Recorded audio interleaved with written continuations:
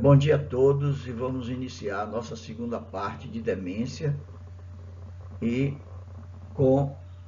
na continuação falando sobre demência vascular. Dentro do aspecto da generalidade, nós vamos falar na patofisiologia, na epidemiologia e vamos mostrar o que é mais interessante. É a segunda causa mais importante das demências. E nós temos só quais são esses fatores: múltiplos infartos corticais, infarto estratégico único, doença de pequenos vasos. Do ponto de vista da epidemiologia, é a segunda causa de demência. Maior prevalência no sexo masculino, principalmente na população negra e de maior idade. E o fator, podendo existir vários fatores de risco nesse. Da classificação, nós vamos observar ter uma importância muito grande, porque nós vamos falar das demências mistas, que é igual a Alzheimer mais vascular, o comprometimento cognitivo leve vascular, a demência multiinfarto, que é um infarto único ou de pequenos vasos, e durante o quadro clínico nós vai se caracterizar por uma condição súbita, em degraus, ou em termos de neurodegenerativos. O transtorno pode aparecer como fazendo parte do quadro clínico, o transtorno de humor, disfunção executiva, apatia, baixa da influência e todo uma. Nós vamos então tecer nos diapositivos que precedem. Critérios, dentro da generalidade, nós vamos observar que os critérios já vistos que estabelecem um quadro demencial, o insulto vascular precedido em não mais de que 3 meses, sinais neurológicos de lateralização e a evidência neurológica. E aqui nós estamos observando um indivíduo com uma lesão, ou seja, vascular, aqui ocupando esse território arterial, entendeu? Aqui, numa extensão maior, mostrando o envolvimento da cápsula interna, não é isso? Na parte posterior do ventrículo, estão aqui olhando esse processo, que é um processo de microangiopatia que ocorre com muita frequência, levando a os acidentes vasculares de pequenos vasos. E aqui nós estamos vendo alterações bilaterais, aqui estão vendo esse pontinho branco, aqui vamos chamar isso de branco para vocês terem uma ideia melhor, que é o tálamo. Aqui vai formar uma síndrome importante com déficit cognitivo, mas o processo é vascular. Isso que nós acabamos de falar são as demências vasculares. Agora nós vamos entrar outro tipo de demência, que é a demência frontotemporal. Essa demência frontotemporal tem as suas características mais prevalentes nos indivíduos de idade pré-senil, fatores que reforçam o diagnóstico, história familiar, acinesia, fraqueza muscular e fasciculações que podem existir. Macroscopicamente, nós temos uma atrofia frontotemporal, ou seja, aquela na região frontal envolvendo o lobo temporal. Microscópica, vamos ver os aspectos microscópicos, e eles têm uma coisa importante, o depósito da proteína tal, aquela que chama o arcabouço do neurônio.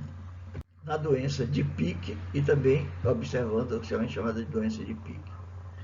As síndromes clínicas são elas a variante frontal, afasia progressiva não fluente e demência semântica, que tem um quadro importante no envolvimento do lobo frontal. A frontal variante tem um envolvimento do lobo frontal bilateral, as alterações do comportamento, a desinibição, a apatia, não é isso? E o embotamento afetivo.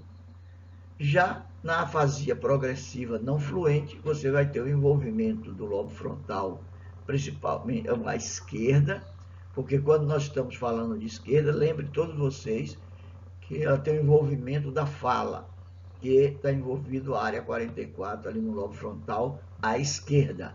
O cérebro que fala, pessoal, é o cérebro da esquerda. Nós temos o agramatismo, não é isso? A parafasias fonêmicas, a frequência de crises, falas excitantes com sua perda progressiva, ou seja, você vai perdendo a capacidade de expressão da palavra. Então, com isso, nós vamos tendo a observação desse caso. E aqui, vocês vão ver, observando, então, a clínica desses pacientes. Você está vendo aqui o envolvimento bifrontotemporal bilateral que pode ocorrer nesses quadros demenciais, como se um diagnóstico diferencial da doença de Alzheimer. Observando aqui na região do hipocampo, uma atrofia acentuada, não é isso? Se nós observarmos nesse diapositivo aqui, o que vocês estão vendo aqui, essa região do lobo frontal, você vê que ele está totalmente atrofiado. E esse espaço preto aqui significa o espaço vazio, resultado do espaço deixado pela atrofia. Aqui, quando ela é unilateral, você está vendo aqui a parte unilateral mostrando esse dado importante. Aqui também vocês estão vendo a atrofia cortical e, nesse caso, ainda mostrando para melhor fixação de vocês. A demência dos corpos de leite. Você tem um dado interessante em relação a esse quadro. Quadro clínico, declínio cognitivo fluente, alucinações visuais é muito comum nos pacientes com Lewy, os sintomas parkinsonianos, não é isso? A dicinesia, a bradicinesia, perdão, você tem um movimento dicinético, mas porém hipocinético, na verdade. Então, brade significa pouco. Você tem uma lentidão dos movimentos, uma rigidez e um tremor de repouso. Daí a sua importância, essas são as características da síndrome parkinsoniana. E geralmente prestar atenção no diagnóstico diferencial dos doentes de Parkinson, quando ele não tem envolvimento, porque o Parkinson pode desenvolver uma demência na sua fase mais tardia. Só que o início da doença de Parkinson, nós vamos observar um tremor, geralmente um tremor de repouso, mas unilateral. Só com o progredir da doença que você vai ter o dado da bilateralidade. E tendo os distúrbios, muito frequentes, os distúrbios do sono na fase REM. Na fase, você sabe que o sono está dividido em uma fase REM, rápido eye movements, ou seja, o movimento rápido dos olhos, e a fase não REM. E aí, nesse tipo de doença, nós vamos encontrar o indivíduo com essas alterações. Então, é o déficit cognitivo leve e o Parkinson. Lembramos que tem demências rapidamente progressivas. Aí são as encefalopatias de Hashimoto, digamos, a doença da tireoide, a doença de Creutzfeldt-Jakob, que é uma doença ligada ao prion, não é isso? E a pancefalite esclerosante subaguda, ou até mesmo doenças neurodegenerativas classificadas que evoluem de forma atípica. Então, lembrar que essas demências rapidamente progressivas, você está observando aqui. A doença de Creutzfeldt-Jakob é a doença que vocês devem lembrar, que é a doença chamada doença da vaca louca. E, na verdade, é devido a uma proteína, não é isso? Que é o prion. E ela tem um quadro de demência rapidamente progressiva. O indivíduo vem geralmente ao óbito em torno de 6 a 12 meses, com mioclonias acentuadas, crises convulsivas, alterações neurológicas, tipo pirâmide ou extrapiramidal, ou seja, depende da sua forma. A pancefalite esclerosante subaguda também é outra condição bastante importante para o diagnóstico diferencial. Vamos agora falar para você alguns casos típicos, objetivos, para que você tenha uma noção exata do que ocorrer nesses pacientes. Então, no ambulatório, na primeira consulta, o seu Antônio, 59 anos, masculino, foi encaminhado para o seu consultório por conta de relatos de alterações do comportamento. Há mais ou menos 8 anos. Nega alterações de memória. Então, como proceder com esse paciente? O que é que você vai fazer diante de um paciente desse? Colher a história direcionada, depois nós vamos ter avaliação da função cognitiva através do exame do mini exame do estado mental, para você justificar que tem uma alteração. E a depender de onde você esteja, você vai colocar uma bateria de exame, do minimento, ou seja,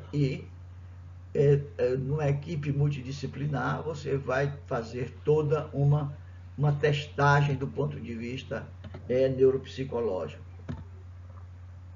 E aí nós vamos observar que dentro das funções cognitivas, como eu tinha abordado para vocês antes, você tem um mini exame do estado mental, e você então que ele tem um score de 21 para 30, no caso do indivíduo, vocês estão observando aí um indivíduo já com comprometimento dessas funções. Porém, você ainda não dá para você dizer que tipo de diagnóstico é esse.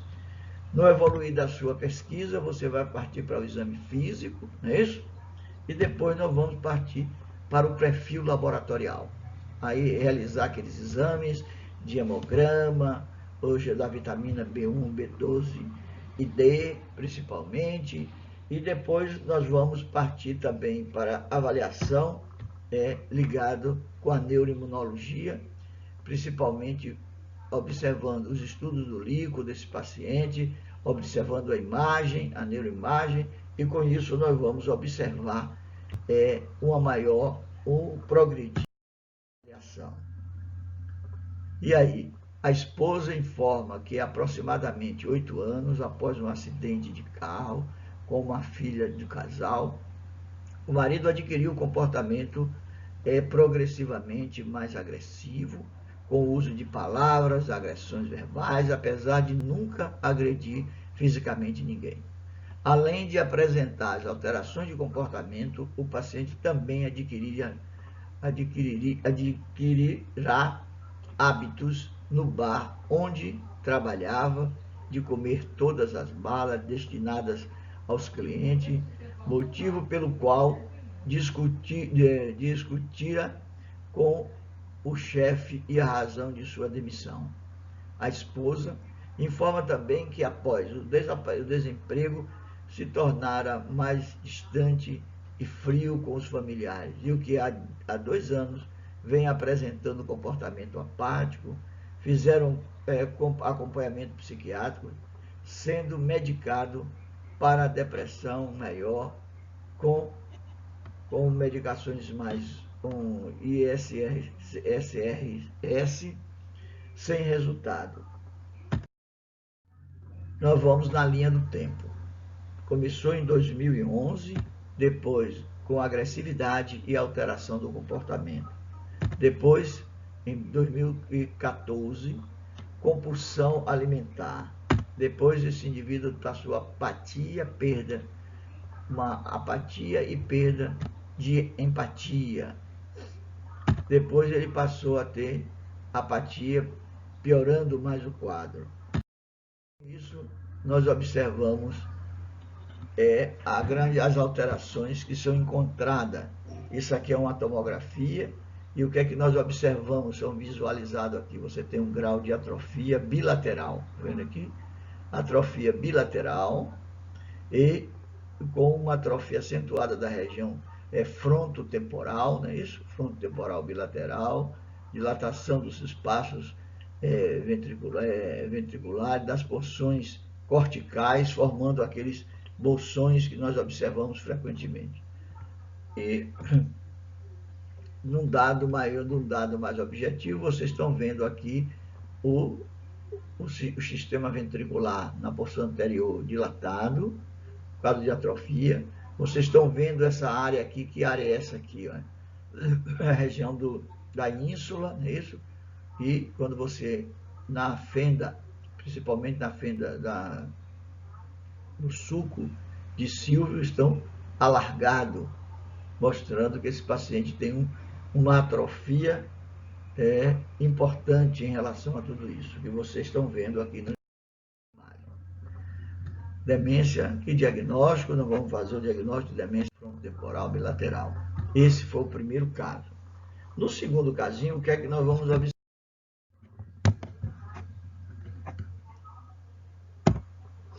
No ambulatório, primeira consulta, 72 anos, previamente hipertenso, chega ao consultório acompanhado de um filho com queixa de esquecimento. Como proceder? Então, vamos proceder da seguinte maneira: sempre a história direcionada, vamos fazer a função cognitiva. Interessante nisso é que essa avaliação da função cognitiva, através do estudo do Mini-Mental, que é o primeiro exame, antes de nós realizarmos uma bateria de exame. O exame físico, que deve ser observado, o que é que você tem de observação, o perfil laboratorial, como nós já falamos, hemograma, isso, hemograma, glicemia, exame vitamina B12, vitamina B1, vitamina D. E com isso nós vamos passar para a fase da neuroimagem e o estudo também do líquido quando necessário. Vamos ver o que é que aconteceu na sua história. O filho conta que há uns 5 anos notou que o pai começou a ficar mais esquecido, que é o habitual. Iniciava uma ação esquecida e o que ia fazer. Esquecia para onde estava indo e perdia os compromissos. Em 2016 começou a ficar mais quieto, fechado em si mesmo, né?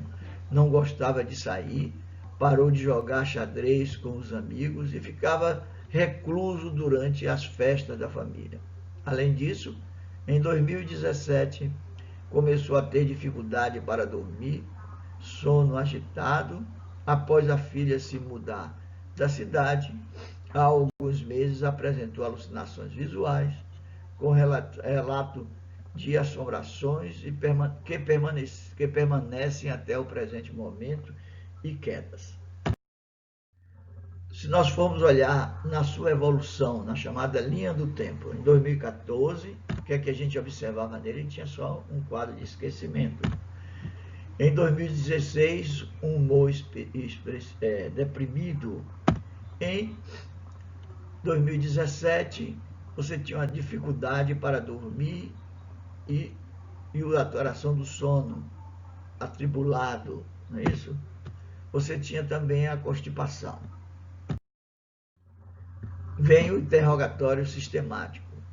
Geral, que relata tontura, negava febre e perda de peso. Visão e audição, relata ter visto assombrações. Cardíaco e respiratório sem alteração. Gastrointestinal, relato de constipação. Geniturinário sem alteração.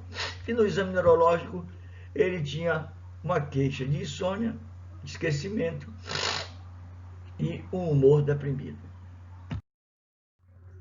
E aí os dados do exame físico, ele tinha a pressão arterial de aproximadamente 14,8 por 12 por 122, um PA de deitado, sem posição deitado, de pé, você tinha 126 por 110, e quando os batimentos, frequência cardíaca de 68 batimentos por minuto. Nós temos aí as alterações do ritmo cardíaco regular, precórdio calmo, não é isso? Tinha um BRNF de 2T com ausência de sopro. No trato gastrointestinal, você tinha um abdômen globoso à custa de um certo quadro de obstipação, não é isso? E diminuição dos murmúrios, não é isso? Ausência de visceromegalia, indolor à palpação. Osteoarticular, dificuldade e dor, a manipulação, a movimentação passiva, e tinha tido uma fratura do rádio esquerdo. No exame neurológico, nós podemos observar na força muscular, nos nervos cranianos, tônus, cognição, reflexo, coordenação, sensibilidade, marcha, não é isso? E aí? Nesse paciente, nós tínhamos o tono, a cognição e a marcha e o equilíbrio. Então, no exame neurológico do Minimento, ele tinha 23, terceiro grau completo, confuso e apático. Quer dizer, você tem numa escala de 30, o nível, vamos comparar isso. Então, após a avaliação do Minimento, tinha uma pontuação, o termo certo é pontuação, 23 pontos, já é um comprometimento.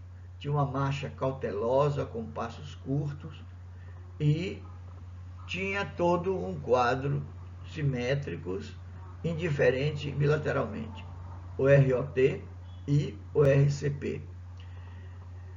FN 5/5 em todos os membros, a força muscular, isso? O tônus discretamente aumentado. Então, vamos.